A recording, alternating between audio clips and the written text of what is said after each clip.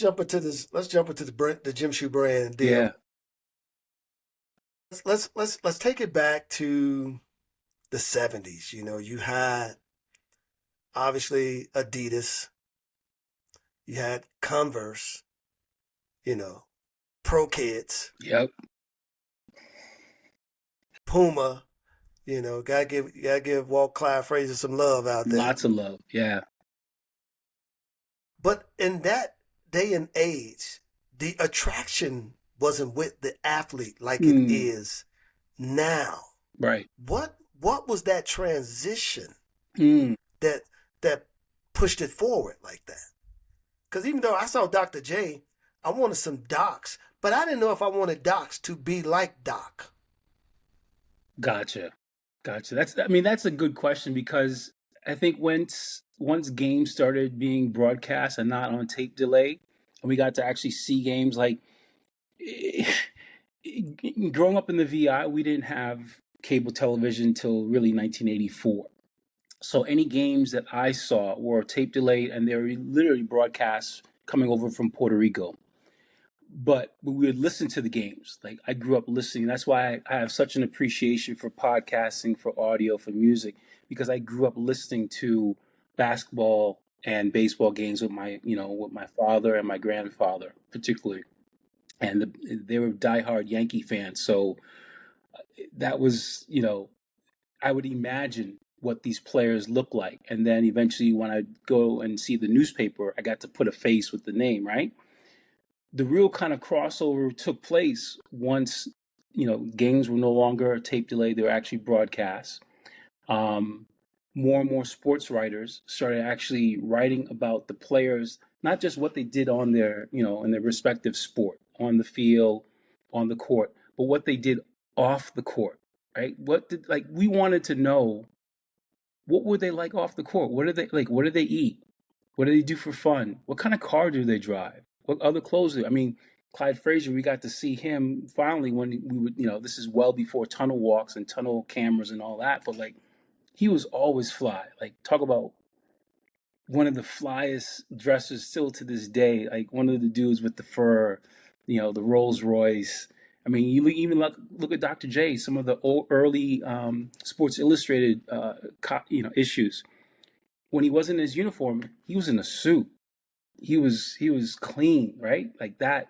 That was the crossover. And then eventually, you start seeing the games televised, and you're like, "Ooh, I want to be like." Right? I'm emulating who this athlete is. I'm emulating this basketball, this football player, this tennis player. Like my parents, my introduction to footwear and really sneakers came from my parents playing tennis in St. Thomas, Gotcha. and they were wearing Adidas Rod Lavers and Stan Smiths.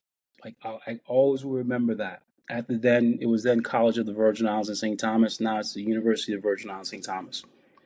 And my father, I'll never forget, there was a small clip of Arthur Ashe. And this is when Arthur Ashe, um, again, a black and white TV, but he looked like us. He looked like me. I could look at him and say, man, this guy is playing on this court and he makes it look so good.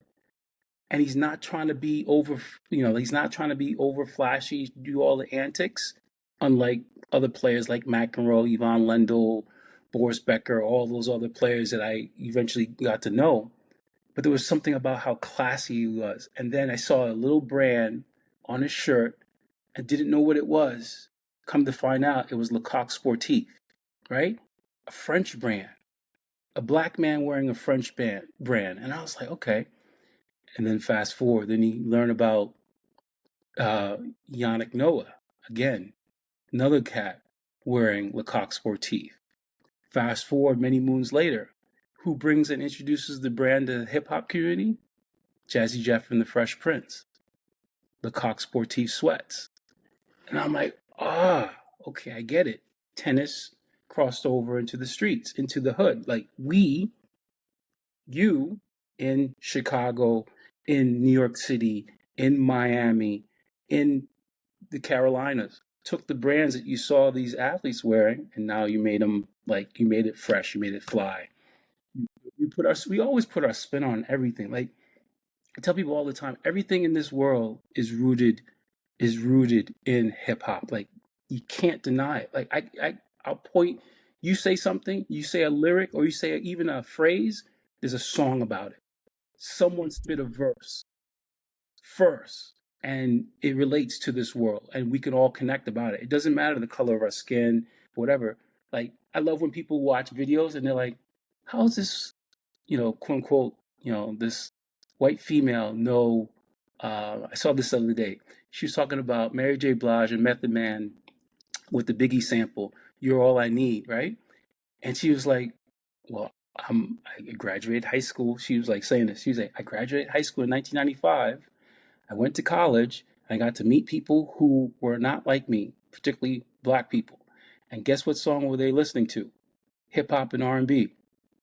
This is a woman probably what, late 40s, and she's like rapping along word for word. And I was like, yes, that's it. Like I still hear that song today. "You're All I Need." I mean, come on. Like we can remember that video, like the grittiness, the color correction that they did on it, that Biggie sample. I mean, yeah, I could talk, again. But that still doesn't explain. I see where you're going. Yeah, So let's move it into the 80s because, like you say, it does go to, we live TV now. yeah, But I saw Magic.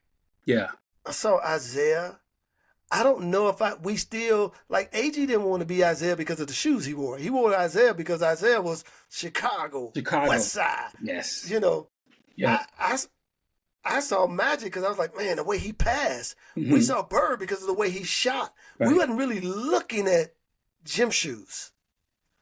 When did that transition happen? Well, I think for everyone there's a moment in time, there's a touch point.